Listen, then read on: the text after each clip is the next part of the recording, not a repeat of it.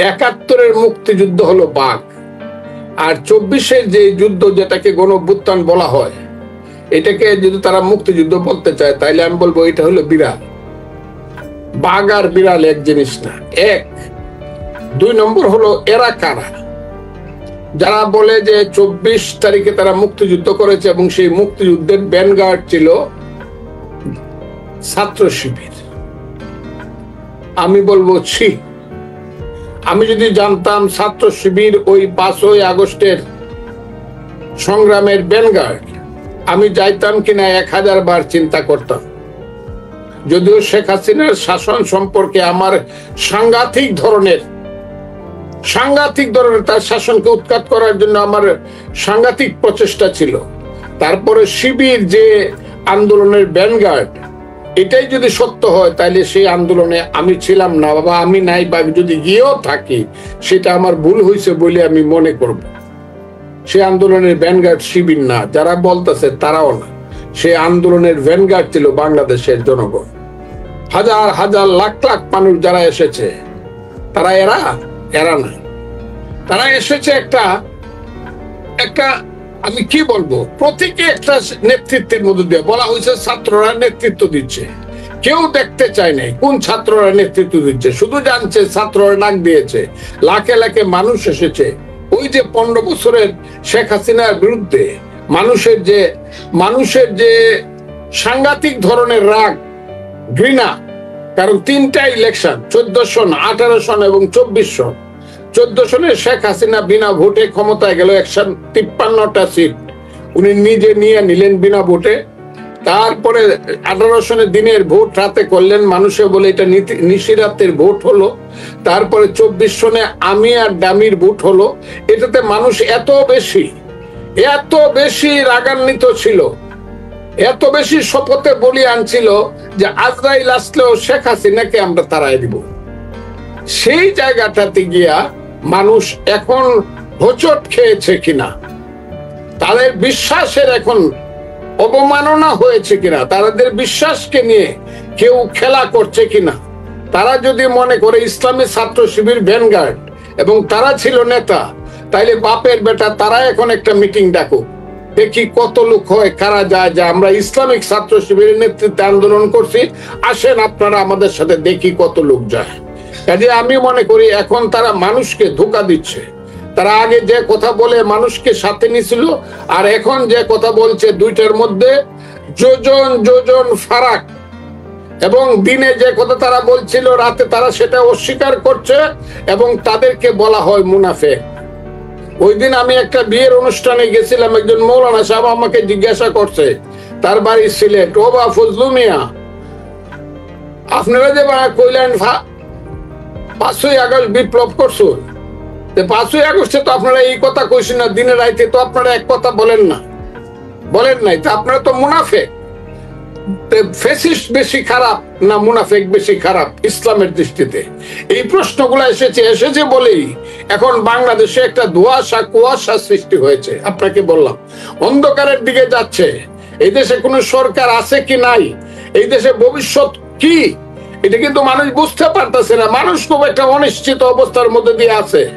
কিন্তু একটা জিনিসের মধ্যে মানুষ সিদ্ধান্তের সাংঘাতিক ভাবে তাদের শপথ গ্রহণ করেছে যে মুক্তিযুদ্ধের বাইরের যে বাংলাদেশ, সেই বাংলাদেশ আমরা মানি না।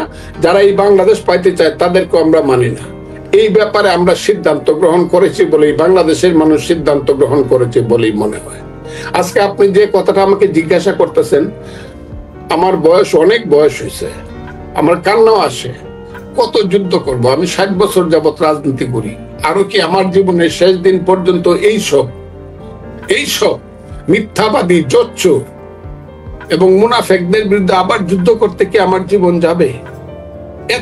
এত বড় হাইজ্যাকিং তো আমি পৃথিবীর ইতিহাসে কোথাও দেখি না। একটা আন্দোলনকে এখন বলতেছে 72-এর সংবিধান ফালাইয়া দিমু, শেখ মুজিবকে আমরা এখানে ছবি পুড়িয়ে ফালাইয়া দিমু, আমরা তাকে বাতিল করে দিব, মুক্তিযুদ্ধ কিছু না। এই কথাগুলো যদি 5ই আগস্টের আগে তাদের কোনো কর্মসূচি দিত, দেখতাম কত মানুষ তাদের আন্দোলনে যায়। এখন তারা এই কথাগুলো বলছে হাতে ক্ষমতা পেয়ে, কিন্তু মানুষের ক্ষমতা চিরস্থায়ী হয় না, এবং অন্যায় ক্ষমতা মানুষের ধ্বংস হতে বাধ্য। তারা ধ্বংস হবে যারা এইসব মিথ্যা কথা বলছে। এটা হলো আমার কথা। এর মধ্যে আমরা আরেকটা জিনিস দেখছি, দেখুন বঙ্গবন্ধুর সঙ্গে এই ঘটনা ইতিহাসে আরো অনেকবারই ঘটেছে যে বঙ্গবন্ধুর সঙ্গে অন্য নেতাদেরকে তুলনা করা হয়। ধরেন প্রেসিডেন্ট জিয়াউর রহমান কে বেশি গুরুত্বপূর্ণ, প্রেসিডেন্ট জিয়াউর রহমান নাকি বঙ্গবন্ধু? বঙ্গবন্ধু বেশি গুরুত্বপূর্ণ নাকি মাওলানা ভাসানী, নাকি শহীদ সরওয়ার্দী, নাকি শেখ ফজলুল হক? এইভাবে যে একজনকে আরেকজনের বিরুদ্ধে দাঁড় করানো, কাউকে ছোট করা, কাউকে বড় করা, কিংবা কাউকে সমান করা, ইতিহাসে তো সবার অবস্থান সমান নয়। এই যে বঙ্গবন্ধুকে খাটো করা, বঙ্গবন্ধুকে না মানা, তাকে অসম্মান করা, এইটাকে কেমন করে দেখেন? দেখেন, আমি এই কথাটা, আমি একটা দল করি, ওই দলে থেকে বঙ্গবন্ধুর ব্যাপারে আমি সব কথা, শুধু একটা কথা আপনাকে বলি, ইতিহাসকে আপনি দায়িত্ব দেন। ইতিহাসে কার কি গুরুত্ব, কার কি নেতৃত্ব, কার কি ঐতিহাসিক অবদান। এবং আমার মনে হয়, আমি সবসময় এই কথাটা বলে আসছি এবং এখনো বলছি, যে মুক্তিযুদ্ধের যে ফাইনাল খেলা, মুক্তিযুদ্ধের যে ফাইনাল খেলার ক্যাপ্টেনের নাম হলো বঙ্গবন্ধু শেখ মুজিবুর রহমান। আবার এই খেলায় বঙ্গবন্ধু নিজে অনুপস্থিত ছিলেন। ফাইনাল খেলা, সেইখানে একজন অচেনা প্লেয়ার, তার নাম জিয়া, পরে বলছে major Zia, I do hereby declare the independence of Bangladesh, প্রথমে নিজের নামে, তারপরে বঙ্গবন্ধুর নামে, on behalf of our great national leader Bangabandhu Sheikh Mujibur Rahman. কাজে সে একটা সেঞ্চুরিও মারছে। এখানে বঙ্গবন্ধুর অনুপস্থিত তাজউদ্দিনের ভূমিকাও কম না। কিন্তু আপনি যদি বলতে চান ক্যাপ্টেনকে, নিশ্চিতভাবে বাংলার ইতিহাস একদিন না সবসময় বলবে মুক্তিযুদ্ধের বা স্বাধীনতা সংগ্রামের খেলার ক্যাপ্টেনের নাম হলো শেখ মুজিবুর রহমান, বঙ্গবন্ধু শেখ মুজিবুর রহমান। কিন্তু অন্যদেরও অবদান আছে, তারাও খেলছে, কিন্তু ক্যাপ্টেনের নাম বঙ্গবন্ধু শেখ মুজিবুর রহমান। বাকি তিনজন ছাত্র আছে উপদেষ্টা, এবং বাকিরা মাঠে রয়েছে, একই সুরেই তারা কথা বলছে। তারা ৭২-এর সংবিধান মানে না, তারা মুক্তিযুদ্ধ মানে না, তারা বঙ্গবন্ধুকে মানে না, কোনো কিছুই মানে না। এখন আপনি বলছেন যে যারা মানে না তারা তো উপদেষ্টা হতে পারে না, তাহলে এই উপদেষ্টাদের নিয়ে আপনারা করবেন কি?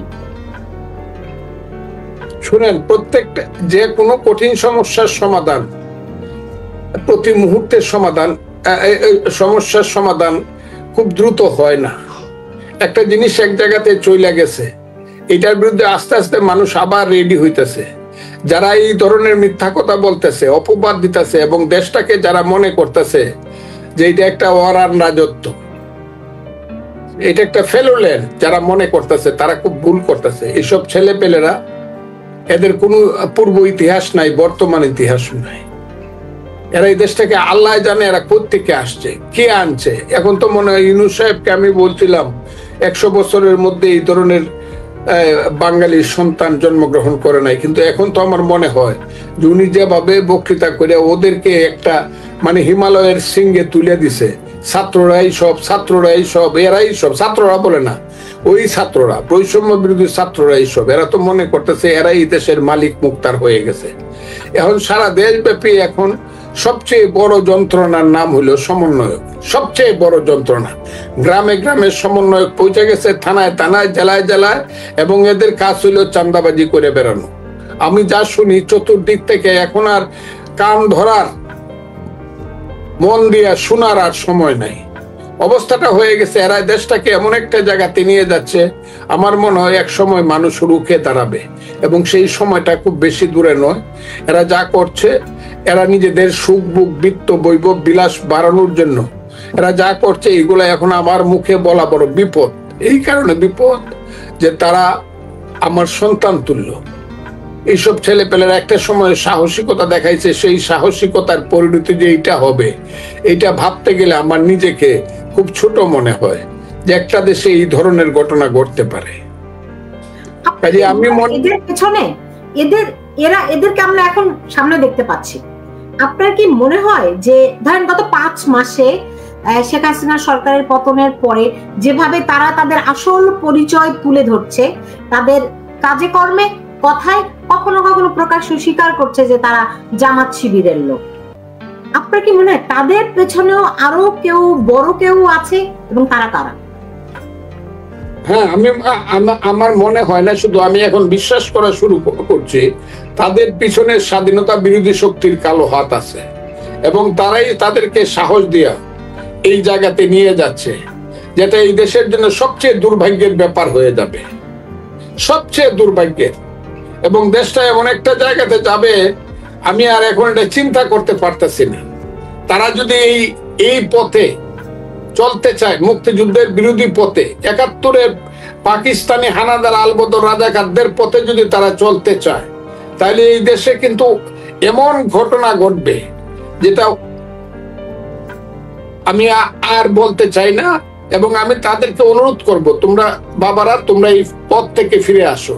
এবং ইউনূস সাহেবকে আমি অনুরোধ করব, আপনি অনেক বড় মাপের মানুষ, আপনাকে আমরা বড় বিশ্বাস করি এবং করছিলাম বড় বিশ্বাস। আপনি দেশকে আর গৃহযুদ্ধের দিকে নিয়ে যায়েন না। আপনারা যে পথে চলতেছেন সেই পথটা কিন্তু বাংলাদেশের ধ্বংসের পথ।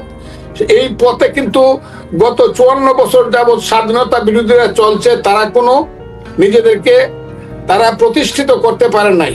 এখন আপনাদের ছত্রছায়া ৫ই আগস্টের আন্দোলনের একটা কথা বলে, একটা বাহানা করে আপনাদের ছত্রছায়া এখন স্বাধীনতা বিরোধী শক্তি বাংলাদেশের মুক্তিযুদ্ধের উপরে প্রতিশোধ নিতে যাচ্ছে।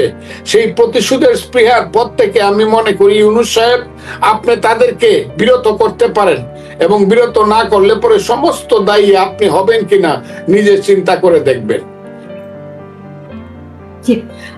এরকম পরিস্থিতি তো এর আগেও বাংলাদেশে হয়েছে ৭৫-এর ১৫ই আগস্টের পরে। তখন আপনি আওয়ামী লীগের রাজনীতির সঙ্গে সরাসরি যুক্ত ছিলেন, এবং বঙ্গবন্ধুকে হত্যার পরে আপনারা আবার বাকশাল গঠন করেছিলেন। পরে মানে শেখ হাসিনা আসার পরে আপনারা বাকশাল গঠন করেছিলেন, কিন্তু ৭৫-এর পরে যে স্বাধীনতা বিরোধীদের যে চক্র, তাদের যে চক্রান্ত, সেগুলো কিন্তু প্রথমে আপনারাই রুখে দিয়েছিলেন। সেই প্রেক্ষাপট আর এখনকার প্রেক্ষাপটের মধ্যে পার্থক্য কি দেখেন? সেই প্রেক্ষাপটটা ছিল শুধু বঙ্গবন্ধুকে হত্যা করা হয়েছিল কতগুলো কুলাঙ্গা, নরপশু, নরাদম। আমি যাদেরকে বলি যে কয়েকদিন আগে একটা নরপশু বেজন্মা, ওই যে ওদের সাথে, ওদের পূর্বপুরুষের সাথে মোহাম্মদী বেগের দেখা হয়েছিল, এদের পূর্বপুরুষের সঙ্গে সীমারের দেখা হয়েছিল, যারা শিশু হত্যা, নারী হত্যা করিয়া বড় গলায় আবার এইসব বাজে এইসব কথা বলে মানুষকে শোনায়। আবার এই দেশে কিছু নরপশু আছে, তারা হাততালি দেয়। সেই 15ই আগস্টের ঘটনা, সেইখানে বঙ্গবন্ধুকে অস্বীকার করা হয়েছিল বা অমুক করা হয়েছিল, তার চেয়ে বড় কথা ছিল 15ই আগস্টের ঘটনার পরে কিন্তু স্বাধীনতা বিরোধী শক্তিরা ক্ষমতায় আসে নাই। স্বাধীনতার বিভিন্ন বিশ্লেষণ করছে, এইভাবে ওইভাবে, এইভাবে ওইভাবে, অ্যাডজাস্ট কম্প্রোমাইজ করছে। কিন্তু এখন তো নির্দিষ্টভাবে স্বাধীনতার মুক্তিযুদ্ধকে অস্বীকার করা হচ্ছে। ৭৫-এর 15ই আগস্ট কিন্তু মুক্তিযুদ্ধকে অস্বীকার করা হয় নাই। এটা আপনারা ওই ঘোষণাটা, এমনকি খুনি খন্দকার মুস্তাক যে ঘোষণা দিছে, সে প্রথমে বলছে না বাংলাদেশ চলবে মুক্তিযুদ্ধের পথে। কথাটা খুব বোঝার চেষ্টা করেন। এখন তো নির্দিষ্ট ভাবে বলা হচ্ছে ৭১-এর মুক্তিযুদ্ধ এটা হলো সেপারেশন ওয়ার, এটা রিয়েল মুক্তিযুদ্ধ না। রিয়েল মুক্তিযুদ্ধ নাকি ৪৭ এবং ২৪। তারা এখন বলতে, এখন তো এটা তারা সামনে আসছে এইভাবে, অর্থাৎ স্বাধীনতা বিরোধী শক্তি ডাইরেক্টলি সামনে আসতে চাচ্ছে, এটি আমার মনে হচ্ছে। তো সেইটা যদি আসতে চাচ্ছে মানে কি অলরেডি দে আর দেয়ার, তো তারা তো চলে না। এত সহজ না, এখন আমরা বাইচা আছি, এত সহজ না। এই যে কিছুদিন পরে দেখবেন শিয়ালের গর্তে ঢুকেও যাইতে পারে। এত সাহস করিয়া তারা যেটা করতে চাইতেছে, it is not so easy. এখনো বাংলাদেশে ১৭ কোটি মানুষের মধ্যে, আমি মনে করি ১৭ কোটি মানুষের মধ্যে 1% বাদ দিলে এখনো সমস্ত মানুষ হলো মুক্তিযুদ্ধের পক্ষে। সেই মুক্তিযুদ্ধের পক্ষে সে কাকে নেতা মানে, কিভাবে নেতৃত্ব চায়, সেইটা বড় কথা না। কিন্তু মানুষ মনে করে আমরা মুক্তিযুদ্ধের পক্ষে, আর মুক্তিযুদ্ধের প্রথম উপাদান হইল গণতন্ত্র, সেইটা মানুষ এখনো চায়। ওই যে ইউনূস সাহেব অনন্তকাল ক্ষমতায় থাকবে এই যে শিশু বাচ্চাগুলাকে নিয়ে এবং বড় বড় কথা বলবে, যারা মেম্বার চেয়ারম্যানের মতো ভোট পাবেন একটা ইলেকশনে দাঁড়াইলে, যাদের রাজনীতির কোনো ইতিহাস নাই। এখন বাংলাদেশের মানুষ কিন্তু রাজপথে নেমে এক সময় বলেই ফেলবে ইলেকশন কবে দিবেন কোন, নাইলে রাজপথ থেকে উঠবো না। ইলেকশন কিন্তু দিতে হবে। আমি